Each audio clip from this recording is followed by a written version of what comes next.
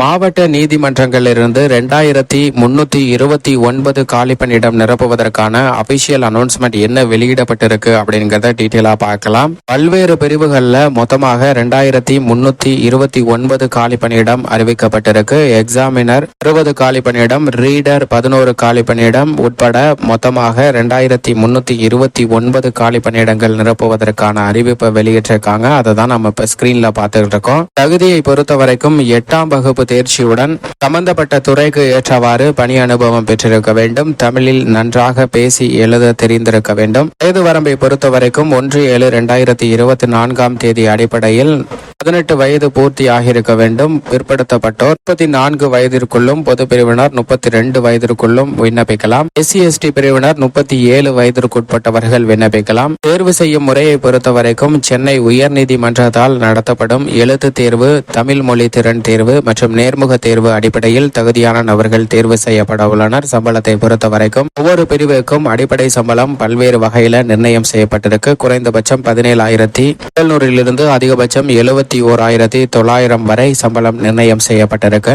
ஜாபுக்கு விண்ணப்பிப்பதற்கு அபிஷியல் இணையதளம் mhc.tn.gov.in என்ற இணையதளத்தில் விண்ணப்பிக்க வேண்டும். விண்ணப்பிப்பதற்கு கடைசி நாள் வரும் 27ஆம் தேதி.